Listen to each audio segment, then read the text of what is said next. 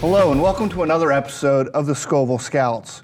With me today is three-time American Ninja Warrior, Phil Hucke. Phil, thank you for being with us today. Glad to be here. Now, a little bit of your bio.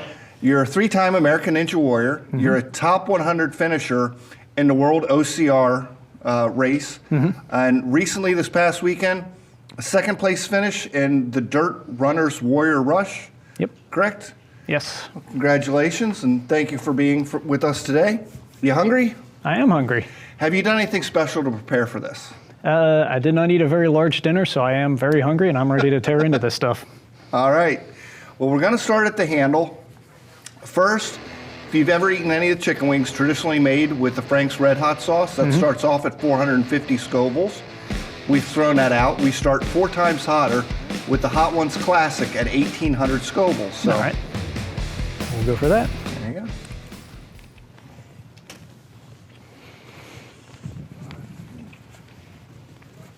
All right, let's start at the beginning. If I'm correct, you ran your first OCR race, the Warrior Dash, in 2012. I believe you ran the race in sandals. Do you think that was a worse decision than being here today? I think my worst decision was eating that entire thing in one bite. And it's down. Okay.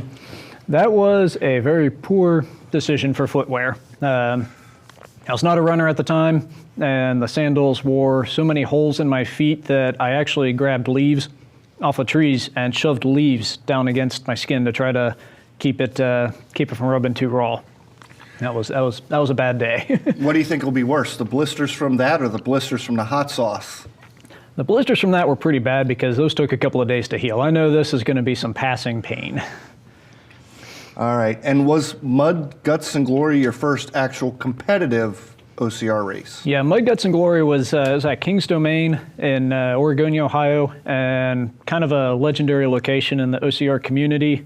It was one of my first bigger races there and definitely one of my first competitive races there. First time I ever decided that, hey, I'm good at obstacles. Why don't I see if I can actually win one of these things? I realized you have to run from one obstacle to another. You know, you can do obstacles all day, but you got to run. And that kind of woke me up to what I needed to work on. All right, well, let's move on to the next one. The next one is Hippy Dippy Green from the Angry Goat Pepper Company. It is 2,300 Scovilles. All right. Avocado kiwi. I'm going to take a smaller bite this time.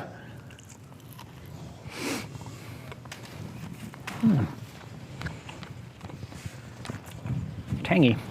I'm going to ask you, how is an OCR race different than the American Ninja Warrior? So an American Ninja Warrior course, it's an all-out sprint, and it's also definitely a game of skill. OCR, the obstacle course racing, spread out over a larger distance. So you're going to have stretches of running, stretches of obstacles. So the Ninja Warrior thing, it's definitely an all-out sprint. You watch the people on the show and they talk about everybody flaming out or just getting tired. It truly is. Anytime I've been on that course after just a few obstacles, the tax on the cardio system, it just really comes out. So it's, difference between running a marathon and running a sprint. How many obstacles are there typically in the course of an OCR race versus the 10 or 15 in American Ninja Warrior? It really depends on the OCR race. A lot of them are in the, we'll say 10 to 20 range. Some of them go up to 40 to 50 on the bigger races. And they can have all different kinds of obstacles. There'll be strength-based ones, heavy carries, and then also ones that are more skill, balance-oriented, that sort of thing. All right, well, I hope you're hungry. Let's move on. Next up is wing number 3, Pineapple Habanero from the Heartbeat Hot Sauce Company, 12,200 Scoville units. I can handle that.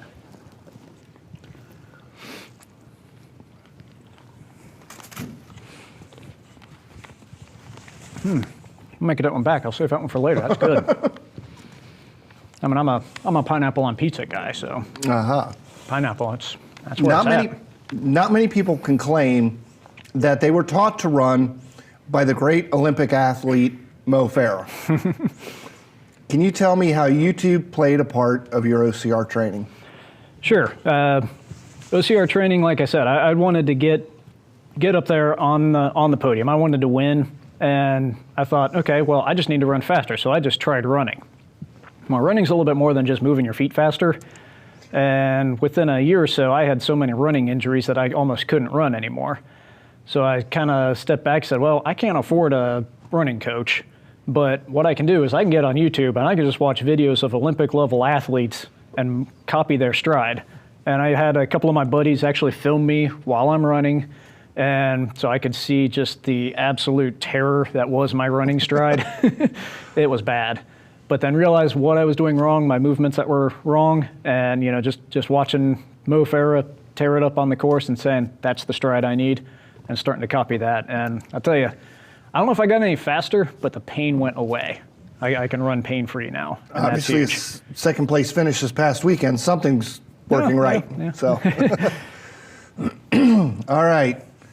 Let's move on. Next, we've got Ghost Pepper and Blueberry from the Bravado Spice Company. This is the one that kind of looks a little burnt already, but that's not burnt. That's the blueberry coming through. Yeah. And it's 28,000 Scovilles. This is another one you might want to hang on to. I'll just kind of warn you. We'll come back to that one.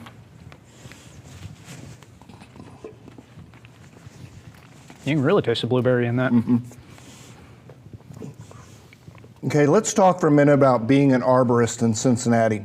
As a Scoutmaster, I appreciate all of the great parks we have in the city and Hamilton County. What is your favorite park? I like most of them, but all for different reasons. The overlooks in some of our parks are fantastic. As a trail runner, trail racer, I certainly like going into Mount Airy Forest and covering miles of trails in there. I don't know if I could pick a favorite. I mean, they're all really good, just for different reasons. We all know about the emerald ash borer. Has that been controlled now? It has not been controlled. Emerald ash borer has pretty much swept through most of the eastern United States. Ash trees are pretty much being eliminated from our forests, from our neighborhoods.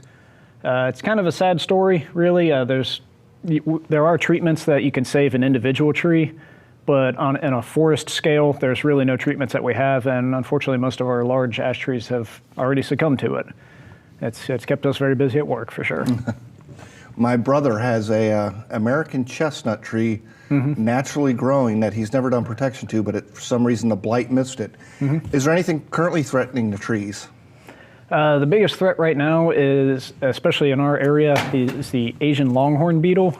That's over in the Claremont County area, and it's whereas the emerald ash borer took out one species of tree, the ash trees, not the emerald ash borer, Asian longhorn beetle. Keep my bugs straight. That can go after 13 different genre of trees, and it's that could do some serious damage to the eastern United States. Wow. All right, moving on to your favorite. Wing number 5 is Los Calientes. I've had this one. 36,000 Scovilles. This one is tasty.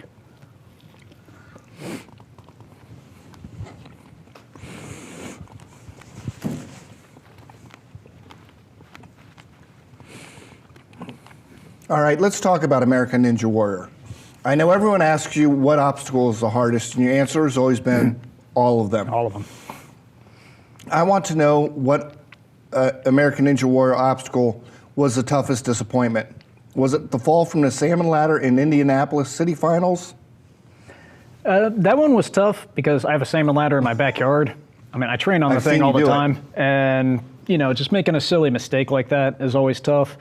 Honestly, my failure this season on the slingshot right at the end in the city qualifiers is probably my most frustrating because it was in front of my family and friends, and it was a point of pride for me. It was in my hometown. I wanted to do well.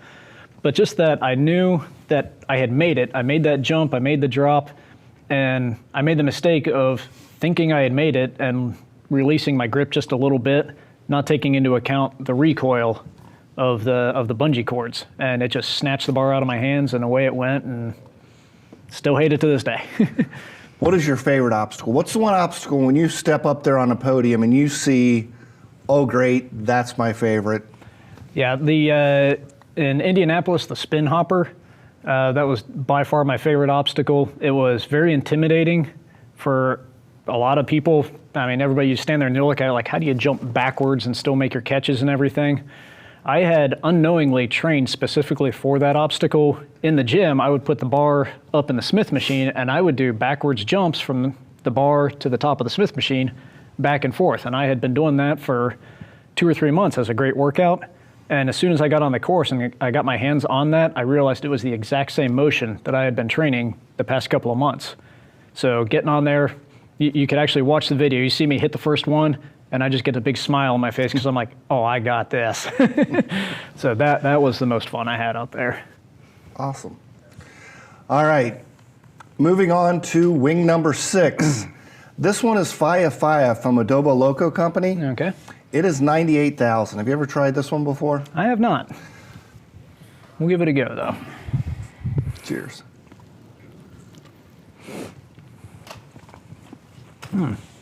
Good smoky flavor.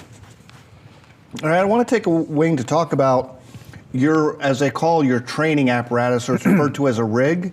Yeah. Your rig in your backyard.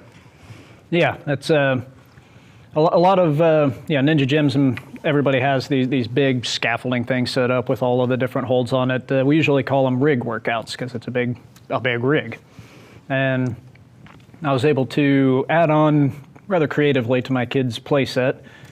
Started with regular swing set, and then next thing you know, there's monkey bars, and then there's a salmon ladder, and then there's a climbing wall, and now there's a big spinning wheel. It just kind of goes, it's kind of like an organic growth back there. Every, just hit the back of my throat. Every couple of months, I'll keep training on it, and I'll think, ooh, I should try this, and I'll find scrap lumber, I'll find logs and whatever, and put it together, and can make some pretty fun stuff back there. Now, you talk specifically about your climbing wall, and I know there's something very unique on it based on what we talked about back in question number 4. What makes your climbing wall so unique? So I'm an arborist. I'm used to climbing trees, and I have a pretty much constant supply of odd-shaped pieces of wood. So all the handholds on my climbing wall are all knots and twisted pieces of branches. Makes for some pretty interesting handholds out there. I've had other rock climbers come by, and they're always like, dude, this is great. It's something a little bit different, and working with something organic like wood, you can get so many different shapes and configurations. It's a lot of fun. I've heard you gave the rock climbers a relatively hard time in your ascension to try to get to Sure. American Ninja Warrior. Tell us about that. Yeah, I've been known to trash talk the rock climbers a little bit, although some of my best friends are rock climbers, so I kind of have to be a little careful. No, I don't. But everybody always says, the rock climbers are going to be the best at this. Like, well, don't overlook tree climbers. There's a lot of great arborists in this country, and we got some climbing skills too. All right, let's move on now to wing number 7. This is Burn After Eating by Karma Sauce. This is Garlic Reaper Torchbearer Sauce at 138,000 skulls. I'm trying to move you on too fast. But yeah, Garlic Reaper Torchbearer Sauce, 138,000. All righty.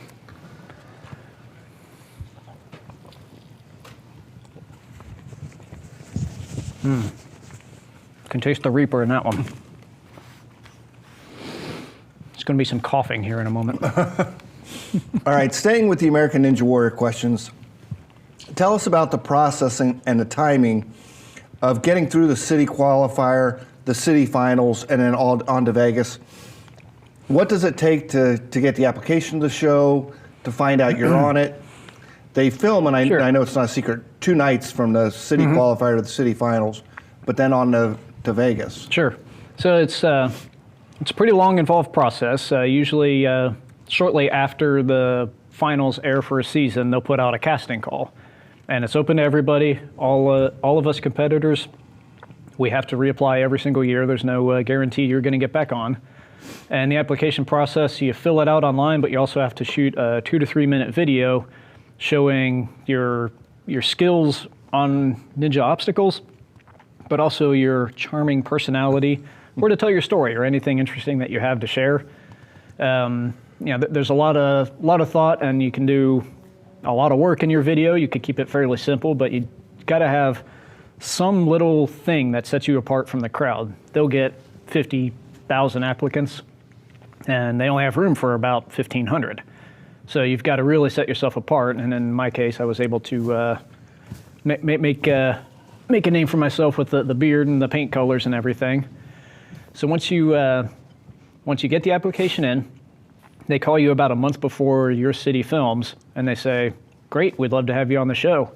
And you got to fill out some paperwork. You show up to the filming night. It films from sundown to sunup one night.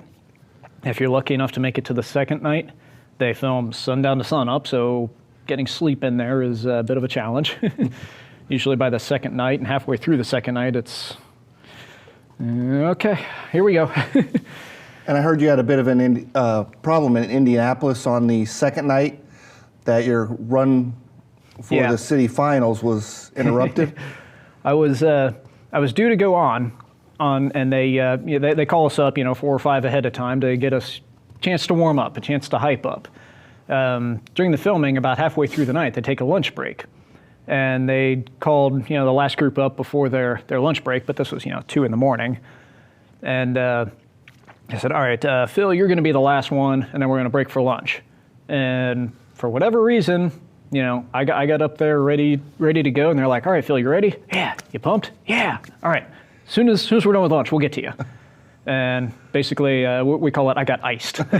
So I got myself hyped up, warmed up, ready to go, and then I had to wait for lunch. So that was a little bit of a challenge, because then I had to take a break, cool down, and then warm back up and do it all over again. You may wish to get iced again right now, because coming up now is the burn after eating Parma sauce. This one is the 669,000 Scoville wing. And what was the last one? 138. That seems like a large percentage increase. You haven't seen anything yet. Okay. We start jumping by the millions next. Yeah.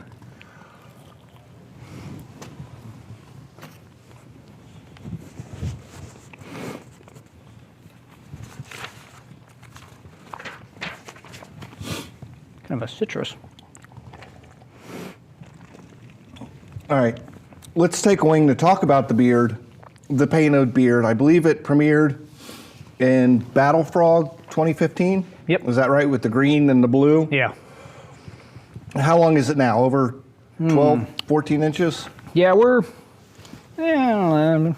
12, 13, 14 maybe if I pull it down. Somewhere there. And you've been growing it for how long?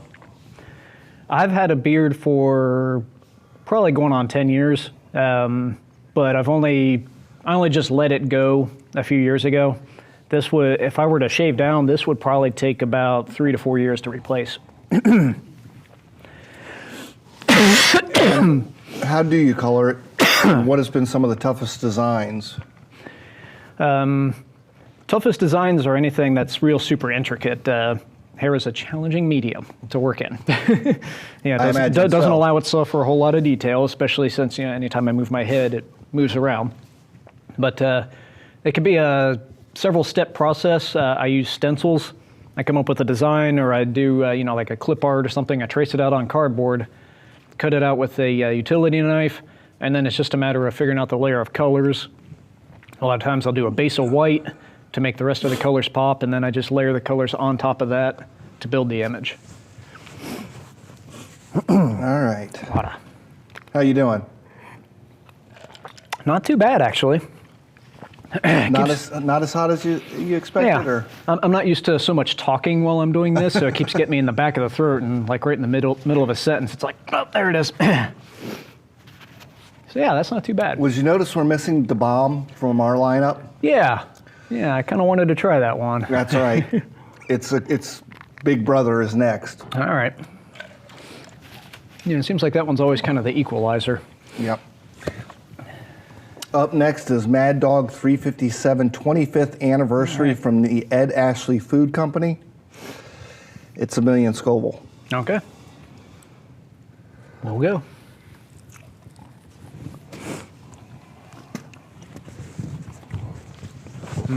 I can tell that's going to hurt in a minute.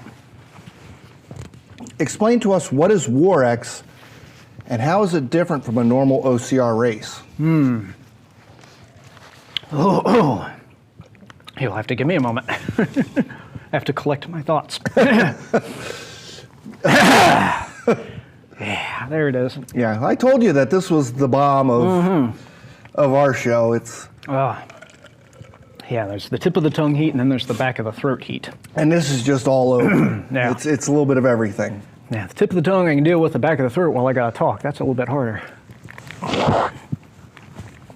Okay, WarX. Great group of guys. They're really dedicated to what they do. They have a lot of different kind of events at their facility. They have traditional OCR races with a heck of a kick. You are running through a war zone. They have simulated gunfire and they have real gunfire.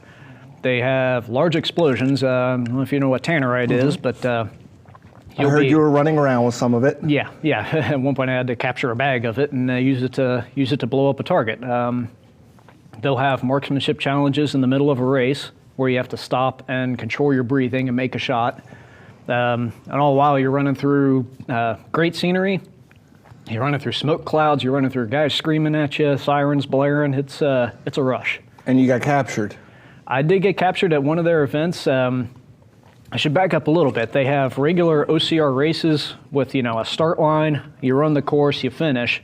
And they also have scenario/survival weekends and events, which will usually be 24, 36 hours, where you have a mission to complete. Your team has to complete objectives out there. And at one point I found myself running through the woods at 3 a.m. carrying a live chicken that I had stolen that I needed to use for barter. So they're very creative, and it's very challenging. You're awake and you're working hard. There's no stop, there's no rest, and you got to complete your objectives. It's fun.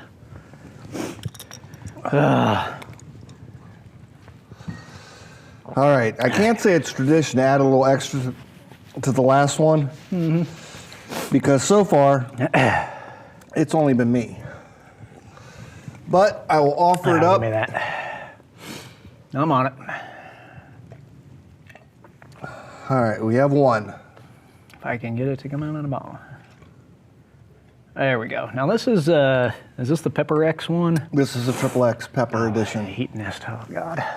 Yep, this is Last Dab edition, XXX, 2 million Scoville. All right, let's do this thing. Cheers.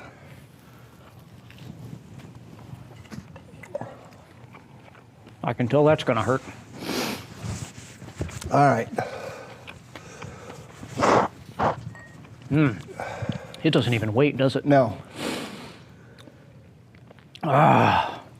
All right, you're familiar with the beard bet between American Ninja Warriors Brett Sims and Ryan Stratton. With 10 wings down and over 4 million Scovilles rushing through your head, can we get a commitment from you that if you hit the final buzzer atop Mount Midoriyami with $1 million in your hand, will you shave the beard? If I can do that, you could pluck it out one strand at a time. Awesome. That would hurt a lot. Wow, maybe not. Maybe not as much as this. This is definitely brewing into something special in there. Yeah, boy. All right.